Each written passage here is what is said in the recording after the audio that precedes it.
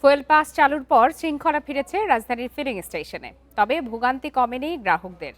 জ্বালানি সংগ্রহে লাইনে অপেক্ষা করতে হলেও সেই সারি আগের তুলনায় এখন অনেকটাই কম।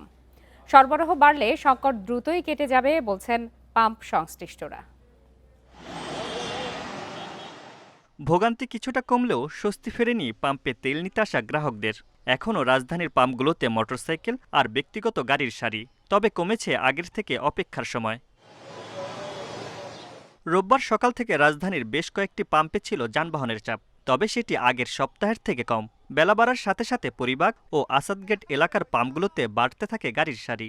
বিশাল সমস্যা ছিল, যেটা দেখা যায় যে দীর্ঘ 4-5 ঘন্টা সিরিয়ালে থেকেও অনেক ভোগান্তি, সারাদিন চলে গেছে এমন সময়। আর এখন মোটামুটি এই 1-1.5 ঘন্টা হলেই সমস্যার সমাধান হয়। তেলের দাম বাড়ছে, তো ভাবছিলাম কি স্বাভাবিক হয়ে যাবে, এখন দেখতেছি না, ভোগান্তিতেই আছি, সিরিয়াল ধরে তেল নিতে হচ্ছে। আগে তো অনেক দূর পর্যন্ত লাইন যেত, এখন আপনার কাছাকাছি চলে আসতো। মোটরসাইকেল চালকরা বলছেন ফুয়েল পাসের ফলে কমেছে ভোগান্তি, কিন্তু এখনও জ্বালানি নিতে অপেক্ষা করতে হচ্ছে কয়েক ঘন্টা।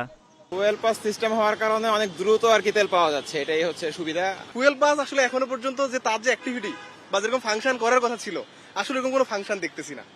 মানে ফুয়েল পাস থাকলেও তেল দিচ্ছে, না থাকলেও কোথাও কোথাও তেল দিচ্ছে। এদিকে রাইড শেয়ারকারী মোটরসাইকেল চালকরা বলছেন ফুয়েল পাসের মাসিক 25 লিটার তেল তাদের জন্য যথেষ্ট নয়। সমস্যা মানে এটা ভয়াবহ সমস্যা। আমাদের মিনিমাম কম করে হলে 3-4 লিটার করে তেল দেওয়া উচিত। 70 লিটার তেল লাগবে মিনিমাম। আমার দেশে 25 লিটার কেমনে হয়? আমাদের হয় না তো, এটা আমাদের খুব চলা খুব কষ্ট হয়ে যায়।